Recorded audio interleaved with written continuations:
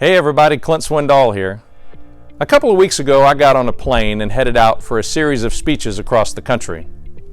When I left, it was fall. When I got back, it was Christmas. How did that happen? I leave town for a few days and the whole world changes. It's not that I wasn't aware Christmas is around the corner. It just seemed the moment I got back in town, every retailer on the planet was doing their best to remind me that Christmas is coming. Christmas trees have gone up in the stores, shopping malls are adorned with decorations, and my favorite stores are already playing Christmas music. Perhaps my first glimpse into the holiday season was during my cross-country tour when I was drinking a Starbucks coffee in a Christmas cup at a hotel in Washington, D.C. Don't get me wrong, I love Christmas.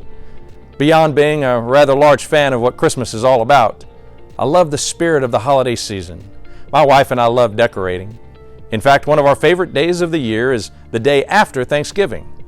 We spend the entire day decorating our home with every decoration we own so we can drain every ounce out of the Christmas holiday.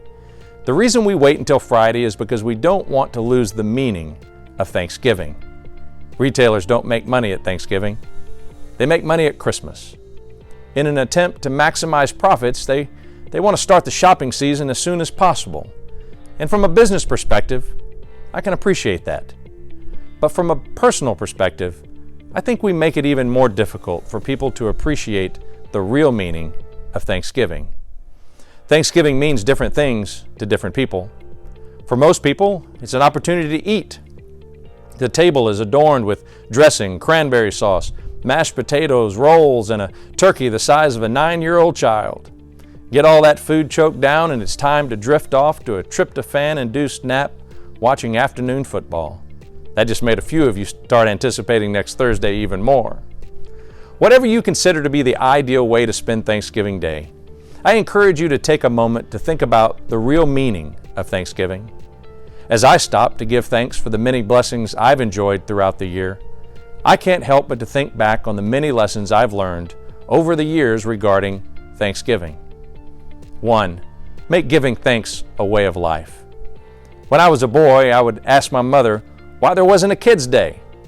After all, if there was a day to recognize mothers and fathers, well, there should be a day to recognize kids. She always smiled and said, because every day is Kids' Day.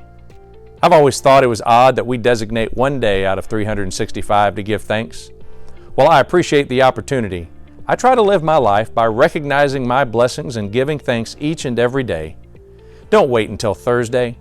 Starting today, make every day a day of giving thanks. Make it a constant attitude of the soul. Number 2, don't just observe it. The United States Congress established the observation of Thanksgiving Day in Section 6103 of Title V of the United States Code.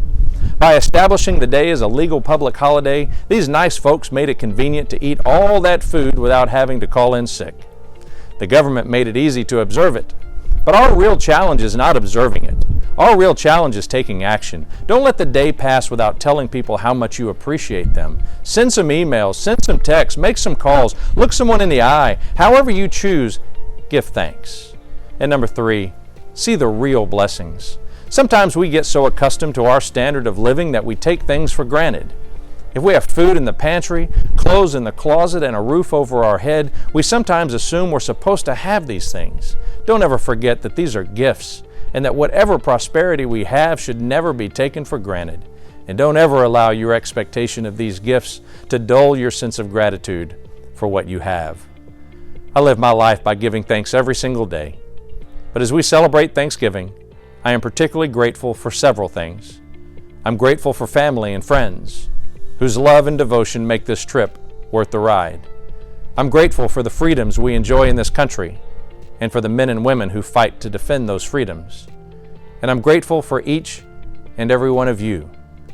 Although I've just begun doing this video message, I've been writing the Tell Me Something Good newsletter from scratch for 13 years now.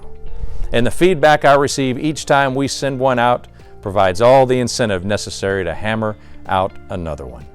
So to all of you, I give thanks. I wish you all the very best Thanksgiving. Here's to the next lesson.